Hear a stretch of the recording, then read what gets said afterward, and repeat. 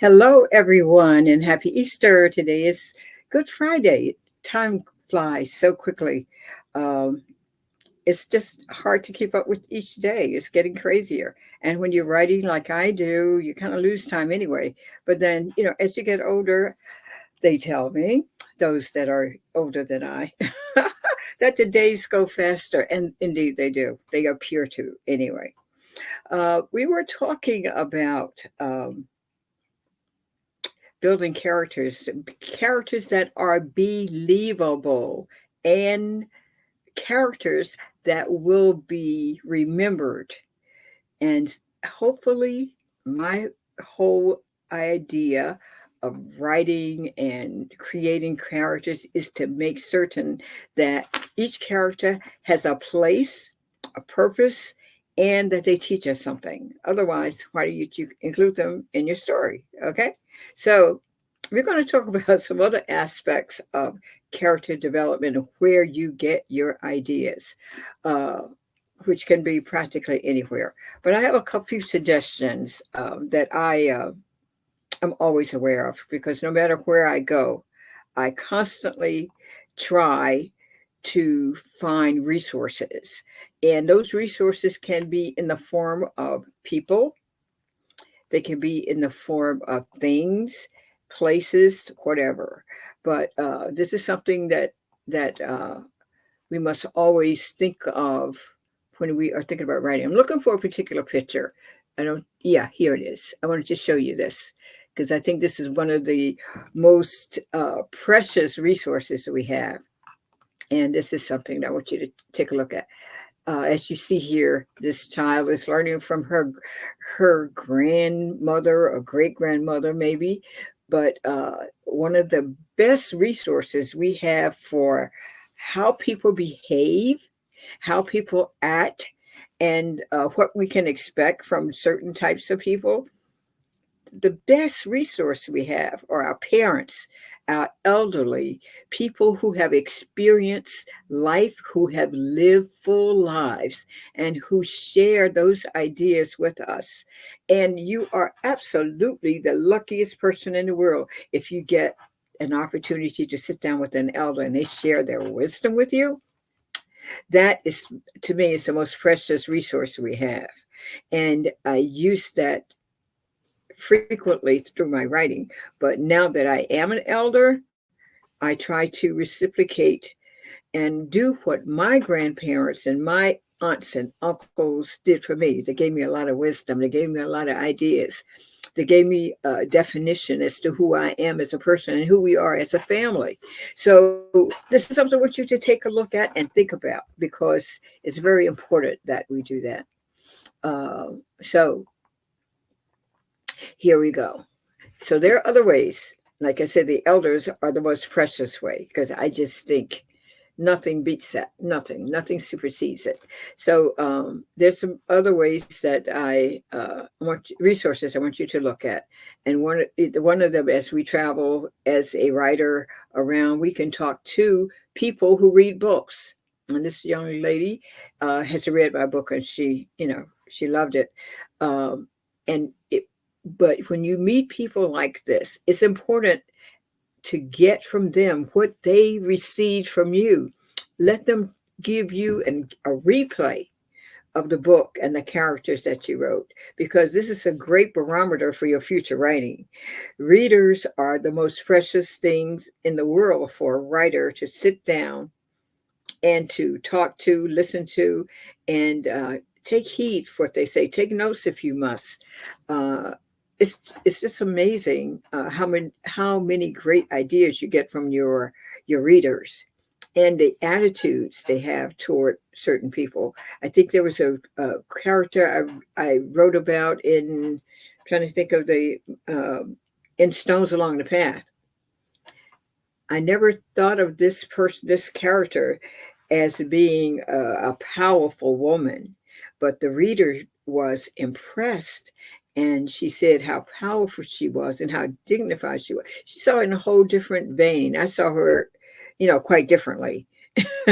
But the reader and many other readers give me different interpretations for the work that I do and the characters that I build. So it's to your advantage.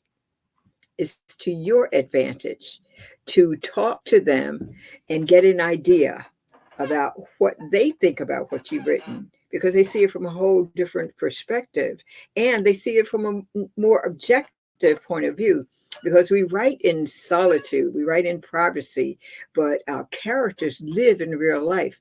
Maybe this character doesn't even belong in the book, or maybe she's erratic. Maybe her behavior starts out one way and ends up another way, and which is not indicative of the character that you presented in the beginning. So it must be a gradual movement of growth, maturity, and development for your characters as they move along in the story. This is critical and very important that we do that. So be aware and be welcoming of criticisms and feedback from readers. Before I publish a book, I try to get 2 or 3 people to read it so that they can give me an idea about, whether my characters are sound, whether my storyline is sound, and whether or not the behavior of the characters are realistic. And that is the one of the main points. You want to make certain that it's not just something just thrown in the air and you hope it all falls down in the right place. That's not the idea. You want to tailor-make each character, tailor-make them so that they are who they are, that they keep their behavior, their dignity, their definition, and their purpose in line with the story. So it's kind of a juggling game, but it's fun, and you're going to enjoy it. But you're going to have to embrace the whole system. So another way that I thought I'd share with you, which I use, like I think last week we talked about how we use the books, and that's great. So even beyond books, we need to just explore history, things that actually happen, things that are permanent in our history and based on facts. If you stick with the facts and the truth when you are writing, you got a masterpiece in the making. The thing is, you want to make sure you get the facts straight, you want to get the images correct, and you want to make certain that you are putting that on paper in such a way that other people can grasp it and understand what you're doing or what you're describing. This is a actual picture of Buttermilk Bottom, which is the title of one of the books that I wrote about. And it's about this community that I wrote about. These are actual pictures. So we need to look at history, because history gives us insight, it gives us truth, and it gives us reality. So let's take a look at that. Any history that you can find on your topic can be most valuable to you in your writing, and you want to make sure that those things are incorporated throughout throughout the book. Another aspect of building characters is to do yourself a favor and travel. Now, I have a few pictures here just of uh, my family members here, but we took our children all over wherever we could, whenever they came to visit, um, and they we explored the world with them through their eyes, and I think it's important, especially if you have small children, to see things the way they see them. Even strangers who visit you, when you take them to a new place, listen to what they say, then listen to their impressions of a place, and see if you can grasp any information and any insight on a place that you're visiting, especially if you're thinking about writing about it. Now, this is a place I never went, but I'm planning to go to Selma. My 3 beautiful nieces went there and took the tour and learned a lot. So that's something, and shared this picture with me. But just traveling itself is an eye-opening experience, and one that you need to embrace every time, and no matter where it is, whether it's in the islands or whether it's to Selma, Alabama, or whether it's going down to Washington D.C. to see our wonderful Afrocentric African American museum. Museums are precious, and when I was writing this particular book, which is Enslaved, this was something that I paid close attention to, all the memorabilia and the artifacts that was covered in the exhibit, because the middle passage of this particular, as is this as it is explained in my book, my goal was to make certain that it paid homage to those people who actually live that experience. So you want to feel, like I said, feel yourself with their stories. You want to read stories about them, read slave narratives, as many as you can, so you can hear the voices and see, imagine what these people went through.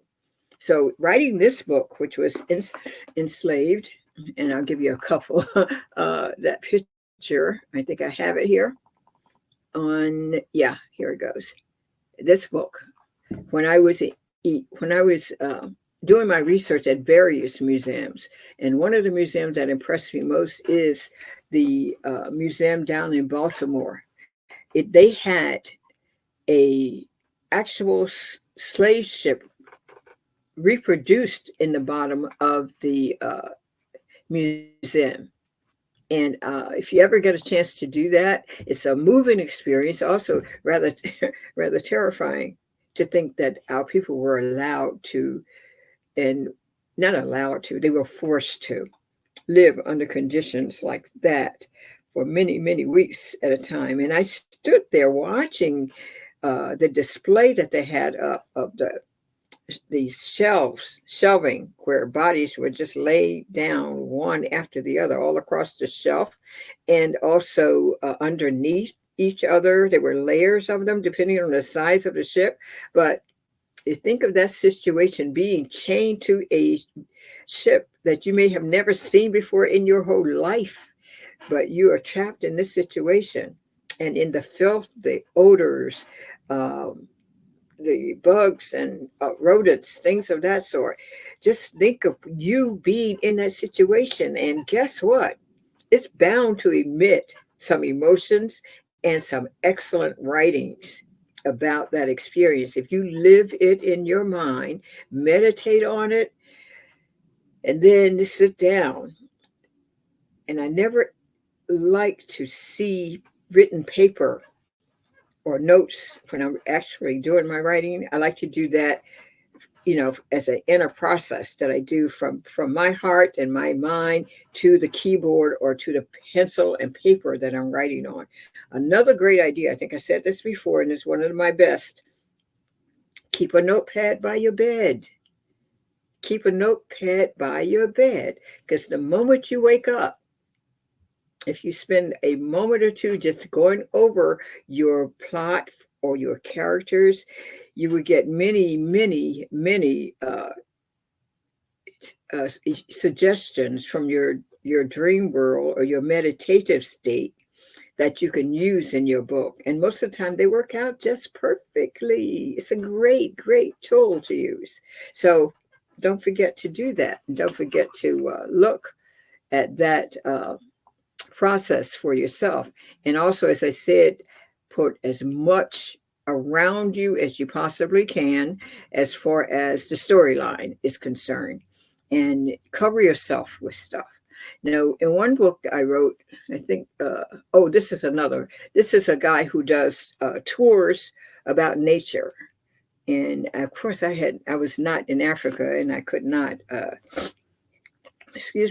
could not see or experience or have a lot of knowledge. I've learned herbs and plants that we can use for medicinal purposes from my family. But a guy like this, who is El Hagan, this is his name. He's here in Philadelphia. He knows nature like no one I've ever heard of. And we have another friend who is just as knowledgeable, but learning from people who know things that you need to use as background information or tools in your writings. Rely on these people to give you that information. They really love for you to ask them questions. Go on a tour with them. Go out into the neighborhood. We were right in the middle of Philadelphia at a park, like a city park, and we learned so much about plants that were there just growing wild. And some of the plants were like plants that make your hair grow, things that make your skin soft and pretty, things to help you clean. I mean, it's just so many things. And they were right there in a city park in the middle of Philadelphia. Amazing. Whoever thought? So use as many resources and people who have skills that can help you learn and to bring life and energy to your writing, because these are the things that you need to incorporate and be constantly aware of, because like I said, writing this book was an experience, and mainly because I wanted to know as much as I can about how our people suffered on the Middle Passage and what happened to them and how they felt when they were put on a raggedy wooden stage to exhibit their bodies to be sold to another human being. I wanted to see what that was like and explore those feelings, the embarrassment, the self-consciousness of our people and what they went through, because what they did made it possible for me to do what I'm doing today, and made it possible for you to do what you're doing today. We're standing on their broad, wonderful shoulders, and this is something that we must never forget, and we must always value, because it brought us to today. There's so much going on today, and I had a great conversation with another person who we were just talking about our journey and how far we've come and how much we have absorbed our traditions and culture into European culture and traditions. And that's something we want to kind of step back and take a look at, because what we had was so precious and God given. We have to think about it. It was God given. God gave us the privilege of being here first for hundreds of, for like thousands of years before any other race was around, and all races began with us, and we must remember that. So they are really every other tribe, every other race are our children. So we need to look at that. And I have some other really out there things that I've been learning about our history. And it's amazing the fact that we have wonderful people like the Moors who traveled the world. We have many people who explored this whole entire world. So we are the indigenous people of every continent on the face of the earth. We were there first. There is no land mass that is on the earth that we did not touch first. And we need to learn and honor that fact and teach our children to honor it and stand on it, because if you do that, stand up straight, if you do that, we'll be that much further ahead. Writing is ours. Writing is our tool that we used to keep our records and to tell our stories thousands of years ago. And we made the first paper, we made the first pens, some pencils, or whatever they used, charcoal, whatever. But that legacy belongs to us, and I want you to value it, understand it, teach it to our children, encourage everyone to read and write, because that's who we are as a people. We're great people, and we need to continue making each other strong in the foundation that our ancestors laid for us. So explore the people around you, explore the world around you. When you're traveling on a jet plane, whether it's on a train or a bus or whatever, listen to the sounds around you and see what you can pick up. Always be on alert for interesting personalities, interesting phrases, particularly on. I used to love riding buses because they had these they had these ads all over the buses telling you what to buy, what to watch out for, stuff like that. Some of the phrases of those signs triggered different types of conversations in my mind as far as my characters were concerned. So you can learn any anywhere at any time. You can tap into the world around you, just like picking the apples off the tree. What do you need to put in this story? You know, you're writing about apples, you put it over here in this apple book. If you if you're in a field where there are oranges, you get that and put it in your orange book. So it's amazing and wonderful when we think about making up a whole person. You're going to create a whole person. That's as close to God as you can get, but you want to do a good job. You just don't want to throw something on a page and tell people, oh, read this, like it. Why? Why should I read that? Just because you wrote a book doesn't mean I have to read it.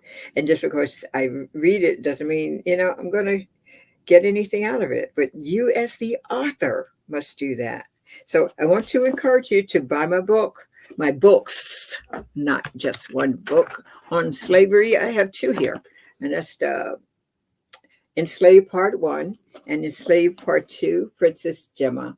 And I never, ever want you to forget, my brilliant brother was the author of this one, was the designer of this book cover, and my wonderfully talented niece, Brina Hargro, did this one. And we're going to talk we're going to talk about cover designs too at some point. But I want you to think about characters in every aspect. Think about people in your lives. Think about the people around you. Observe the behavior, and then try to figure out what makes them tick. Why do they act that way? Because we have the most colorful people in our family. Believe me, it's been an adventure getting to know them and knowing them over the years. Some have passed on, but we have many more colorful characters coming out of the woodwork. So use the entire world around you and use it as a laboratory. That's a laboratory for writers. The whole world is your laboratory, and that's what I want you to think about.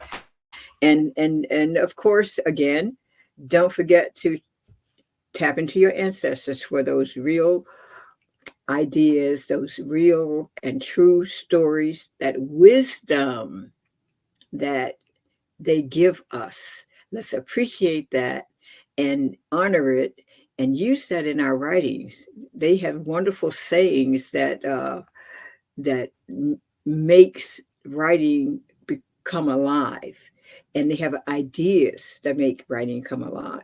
So be mindful of that and use them.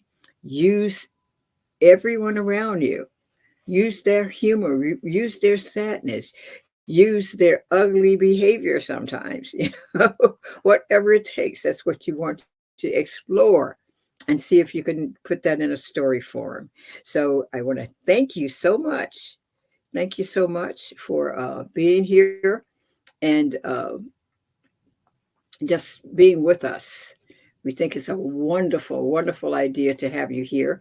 And we are going to definitely come up with some more tips for you to use when you're writing, because it's precious and it's something that we want you to think about all the time. If you're a writer, if you're a poet, the same principles apply. If you write children's stories, adult fiction, as I do, historical fiction, whatever you're doing, be sure that you keep your eyes open, your ears alert, and and do use those two tools more than you do your mouth, because you'll learn more. Because a lot of times you don't you can't hear people because you're so busy talking. And when you're seeking information, you want to be sure that you listen and take in what people are telling you or expressing to you. So I want to thank you for being here. Have a wonderful, wonderful Easter holiday, and embrace your family, love them, and eat some good, healthy food so you can be good and healthy, and make sure that you just take care of your family. I love you. Thank you for being here, and I'll see you next time. Make sure that you honor who you are, honor your traditions, and that will be just amazing. Just amazing. I'm going to put up this my little logo here because I think that is something I want you to tune into whenever you see things about a writer right. Hopefully, this will be the one thing that you will that will guide you back to our station. And be sure to like us, share our site, and then subscribe to it so you can get updates regularly. And if you can, do me a favor, take a picture with one of my books and send it to me. And that will be Fourth Ward Publication at gmail.com. That's Fourth Ward Publications at gmail.com. Thank you so much, and God bless. Have a great weekend, everyone.